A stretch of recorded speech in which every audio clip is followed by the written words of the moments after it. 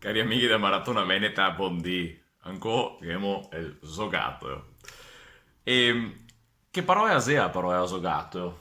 Intanto, vi dico subito che la parola in lingua italiana giocattolo, la è una parola che in italiano la è entrata da parola veneta Zogato. Perché dico così? Perché in lingua italiana, in toscano, scusami, si dice che l'italiano in realtà è il toscano, però in del tempo si gara ancora su dei innesti su parole che il toscano è il dopara che è veramente strane. Per esempio, se vi ricordate Pinocchio, dei Collodi, e va a finire sul paese dei balocchi. Io cos'ero piccinì? Pensavo che il paese dei balocchi fosse un paese con tanti bei allestimenti, quei festoni. Pensavo che i balocchi fosse quei. Nessuno di me aveva spiegato che in toscano balocchi vuol dire zogatoi.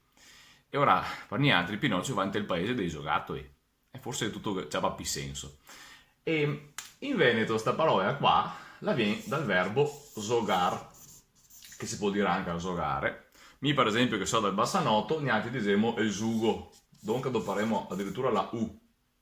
Zugar, col zugo. Perché? Perché in realtà probabilmente la avevamo ciappata dal plurale, perché facciamo una metafonia che ne parleremo e diciamo i sughi, come diciamo i fiui, i tusi, per stesso principio da zogo, che si comincia a dire i sughi e da là per reflusso del tornare in rio, l'innalzamento dei vocali.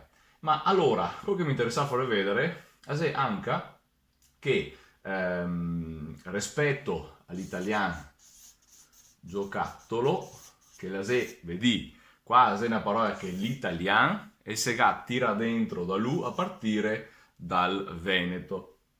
Vedi cos'è che fa l'italiano? L'italiano che mette poche de doppie, anche se qua, vabbè, non si è detto che in questo caso è una doppia inventata, ovviamente in questo caso qua ovviamente che recuperare una L intera, solitamente il rapporto Veneto-italiano è se che è una Z in Veneto, la Z, o di solito in te variante può essere che una Z, una V addirittura.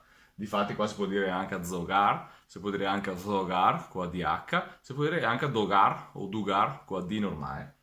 L'italiano di solito in questi posti qua è gara una G.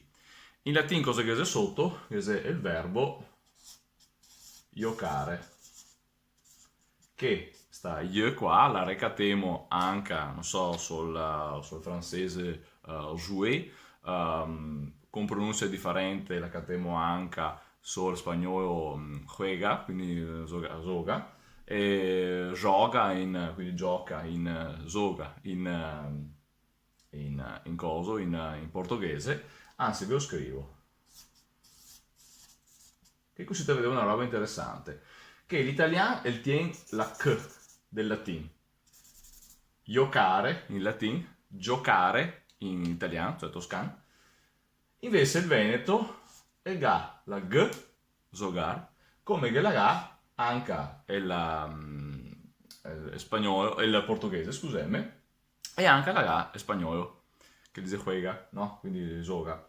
Allora, vediamo che il Veneto fa parte di un gruppo, approfondiremo ancora questo concetto qua perché è veramente importante, il Veneto fa parte di un gruppo di lingue che le sonorisa le consonanti.